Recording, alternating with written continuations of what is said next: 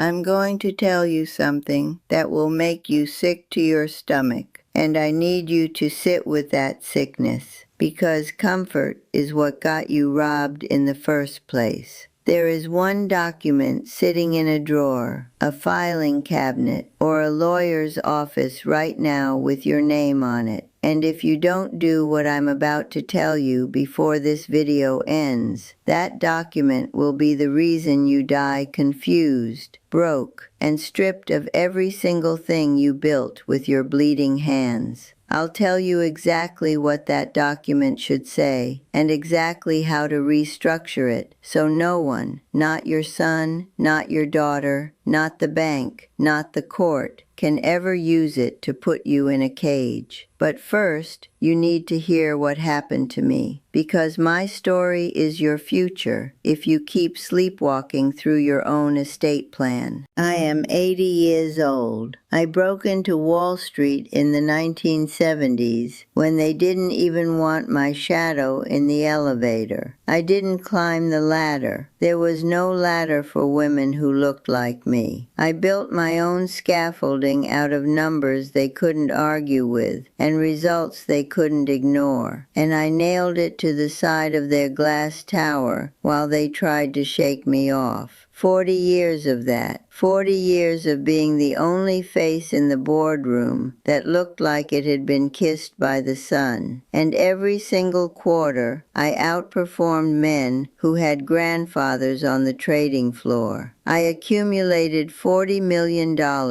not inherited, not married into, earned, bled for, sacrificed holidays and friendships and sleep and softness for. And last Monday at exactly 10:14 in the morning, my own firstborn son tried to take it all. My encrypted security terminal flashed red. Marcus, 58 years old, the boy I nursed through colic and nightmares and a mediocre MBA, had walked into an investment bank with a durable power of attorney I signed 5 years ago when pneumonia had me delirious in a hospital bed. And he was attempting to leverage my entire Treasury bond portfolio as collateral to save his collapsing company. $40 million of my life's work, used as a band-aid for his fleet of corporate jets he could no longer afford. He didn't call me. He didn't ask. He walked into that bank with my signature and treated it like a blank check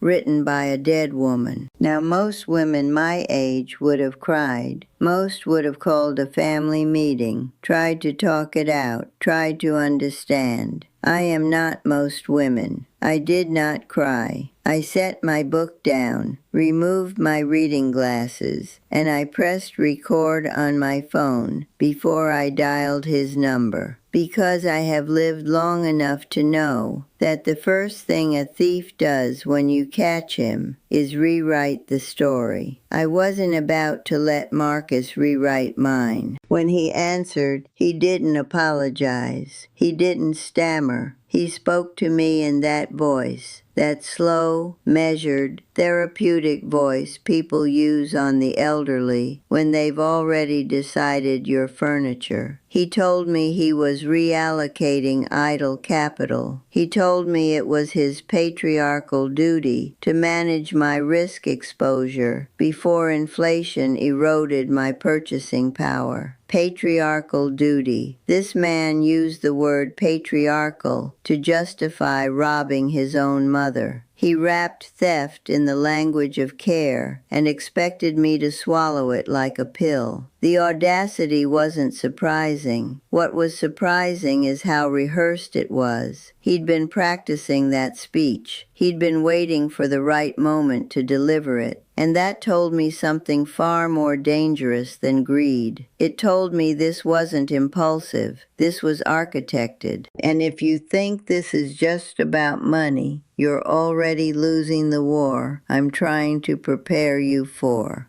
This is about the moment your own blood looks at your age, looks at your body, and decides you're already gone. This is about the system that agrees with them. Let me tell you about Bradley Sterling, the 45-year-old risk manager at the investment bank who approved Marcus's preliminary transaction. Bradley had my phone number on file. Protocol required him to verify any multi-million-dollar operation initiated through a power of attorney. He did not call me. He did not send a letter. He did not flag the account. A 58-year-old man in an Italian suit walked in with a document bearing the name of an 80-year-old black woman, and Bradley's brain completed the equation the way the system trained him to complete it. Old, black, woman, probably in a nursing home somewhere. Probably doesn't even know what a treasury bond is anymore. The son must be the competent one. The son must be in charge. Bradley didn't verify because verification would have meant treating me as a person still capable of authority, and nothing in his institutional training prepared him to see an elderly black woman as someone who holds power rather than someone power is held over.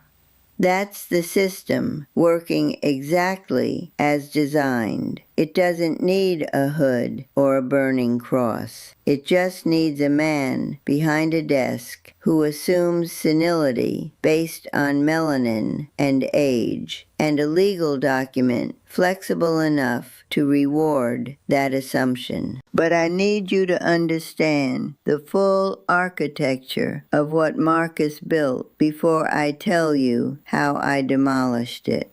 Because there was a second player, and she was worse than him. Cynthia, my daughter-in-law, 50 years old, voice like a rusted gate, ambition like a sinkhole. Cynthia is the kind of woman who researches legal loopholes the way other women research vacation resorts. She found the gaps in my power of attorney. She coached Marcus on which institutions to approach first. She choreographed this entire financial ambush under the saintly banner of securing the grandchildren's future, when what she was actually securing was her annual ski trip to Aspen and the country club membership she'd rather die than lose. Cynthia doesn't see my autonomy at 80 as admirable. She sees it as an obstacle.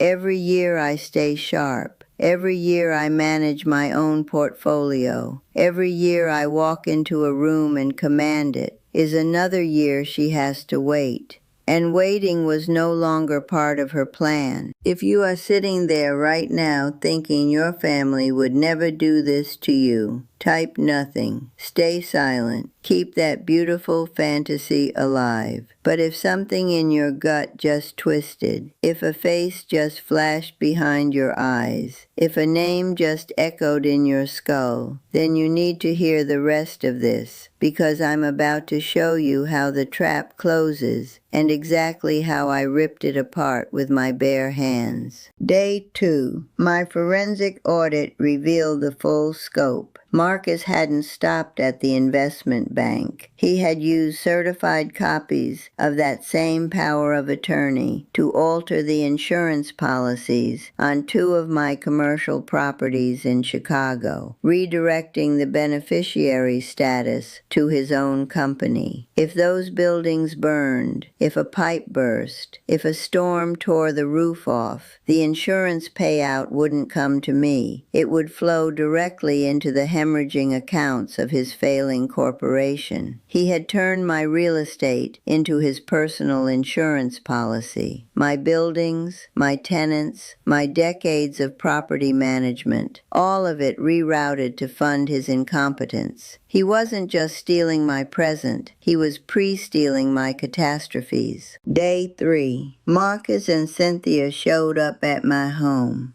They walked into my library like they owned it, and in their minds, they already did. Cynthia tried emotional warfare. She sat across from me and said that if Marcus's company collapsed, they would lose custody of my youngest grandchildren, and that the blame would rest on my hands for not helping when I had the power to do so. She tried to use my grandchildren as hostages. She tried to make me choose between my money and my blood, as if those children wouldn't be fed, clothed, and educated regardless, because I had already set up education trusts for every single one of them years ago. Trusts that neither Marcus nor Cynthia could touch. But Cynthia didn't know about those trusts, because I learned a long time ago that you never show a predator the full map of your territory. Day 4. The escalation. Marcus and Cynthia shifted from emotional manipulation to legal threat. They told me that if I tried to revoke the power of attorney, they would petition the court for an emergency conservatorship,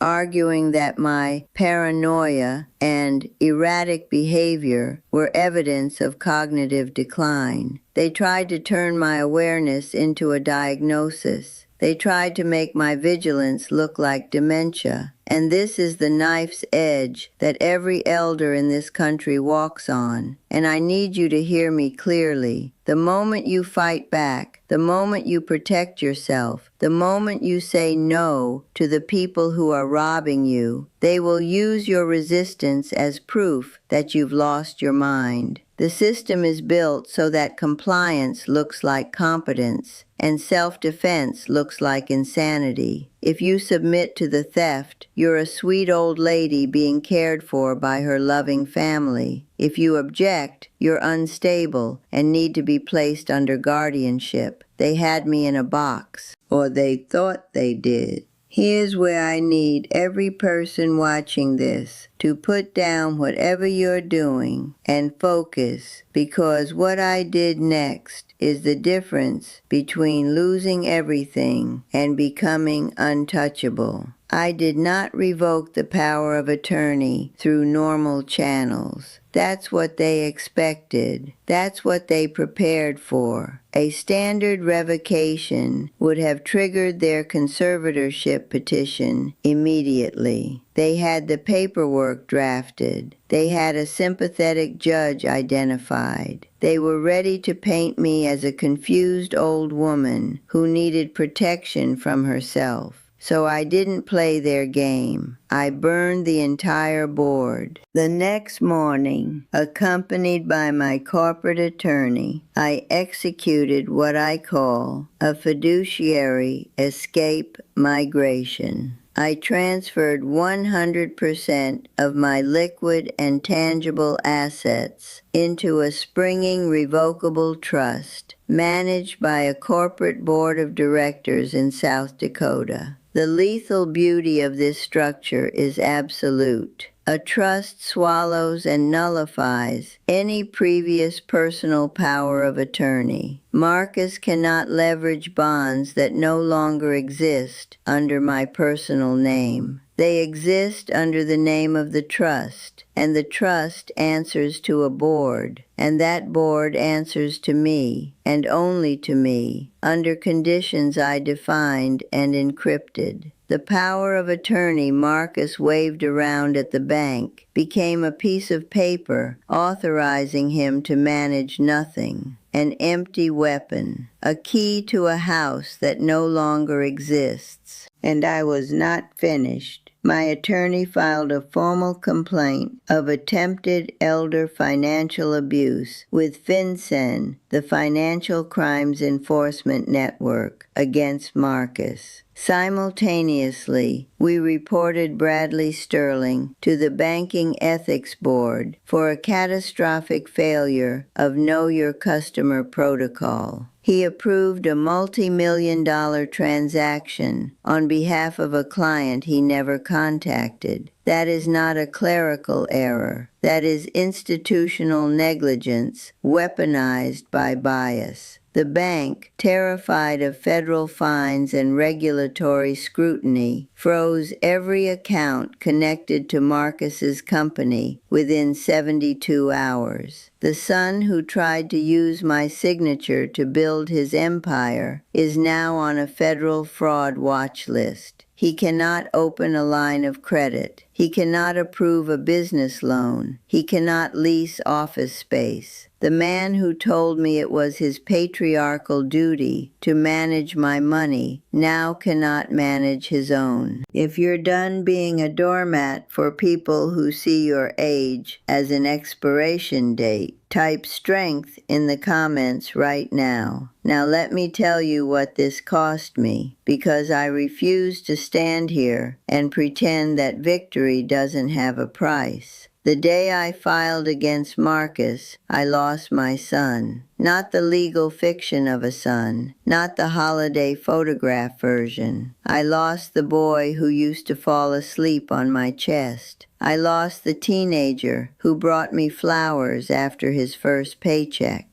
I lost the version of him that existed before money and ego and Cynthia turned him into something I don't recognize. And that grief is real. It sits in my chest like a stone, and I carry it every single day. But I carry it standing up. I carry it with my spine straight and my account secure and my properties titled in my name and my dignity wrapped around me like armor. Because grief you can survive. Bankruptcy and conservatorship and institutional erasure, those kill you in ways that don't show up in an obituary. Let me talk about what the system doesn't want you to know about your own biology, because this is the part they never discuss. The moment your child betrays you at this level, your body goes to war against itself. Cortisol floods your bloodstream. Homocysteine spikes. Your endothelial lining, the delicate tissue inside your arteries, begins to oxidize. For most women my age, this kind of psycho-emotional trauma would trigger a hypertensive crisis or acute atrial fibrillation. It would kill you, not through a bullet, but through biology. Your own heart would stop because your own child told it there was nothing left worth beating for. I refuse to give Marcus that power over my cells. I manage my biology with the same precision I manage my portfolios. I doubled down on my methylation protocol. Trimethylglycine and methylfolate, forcing my liver to metabolize and expel stress hormones before they can corrode my coronary arteries. Every morning, 40 minutes barefoot on wet earth in my winter garden, exchanging electrons with the ground, neutralizing the free radicals generated by emotional detonation. I maintain bone density through heavy isometric resistance training so that oxygen flow to my prefrontal cortex remains uninterrupted and lethal, while Marcus and Cynthia drown in insomnia and anxiolytics, trying to cope with the FinCEN investigation. I sleep 7 hours a night on organic linen, and I wake up sharper than any of them. Now here is the secret I promised you at the beginning, and I need you to burn this into your memory. The most dangerous document in elder law is not the power of attorney itself. It is the durable power of attorney signed during a period of diminished capacity that is never updated, never restructured, and never migrated into a trust framework. That document does not protect you. It is a trapdoor built into the floor of your own house. It sits there for years, invisible, harmless, until the day someone in your family gets desperate enough to step on the lever. And when they do, you fall. And the law says you consented to the fall because your signature is on the hinge. If you have a power of attorney sitting in a drawer right now, go find it, read it, understand who holds it and what it authorizes. If it is durable and unrestricted and old and dusty, and you signed it because a lawyer told you it was standard, you are carrying a loaded weapon pointed at your own temple, and the safety is off, and the person holding the trigger is someone you love. Migrate your assets into a trust. Appoint a corporate fiduciary, not a relative. Build a structure where love and money occupy separate rooms with separate locks. Because love is beautiful and love is real, but love does not make a person honest. Desperation does not care about your birthday cards. Debt does not care about Thanksgiving dinner. You want to know what Marcus looks like now? I hear things. I have people who tell me things. He sold the Jets. Every last one. The country club revoked his membership, not because of ethics, but because his credit report reads like a crime scene. Cynthia filed for separation 3 weeks after the accounts froze, because Cynthia was never loyal to Marcus. She was loyal to Marcus's access to me. The moment that access evaporated, so did she. And my grandchildren? They're fine. They were always going to be fine because I planned for them separately, surgically, years before any of this happened. I didn't need Marcus's company to survive for my grandchildren to thrive. I just needed Marcus to never touch what was mine. I built my fortress. I weathered my skin against the fire they set in my own living room. I turned my son's arrogance into his financial obituary, and I did it without raising my voice, without shedding a public tear, without asking anyone's permission. I did it because I have spent 80 years learning one truth that the system will never teach you. Your power is not in the documents you sign. Your power is in the structures you build around those documents, so that no one, not your children, not the banks, not the courts, not the system that was designed to erase you, can ever use your own hand against you. Now you have two choices. You can close this video and go back to trusting the people who smile at you over Sunday dinner while they calculate the market value of your house. Or you can take what I just gave you, find that document, and rebuild your fortress before someone you love burns it down with you inside it. Comment below if you have a power of attorney sitting forgotten in your family's drawer, or keep sleeping while they transfer the deed to your home to cover their own debts. I'll know by your silence which one you chose, and so will they.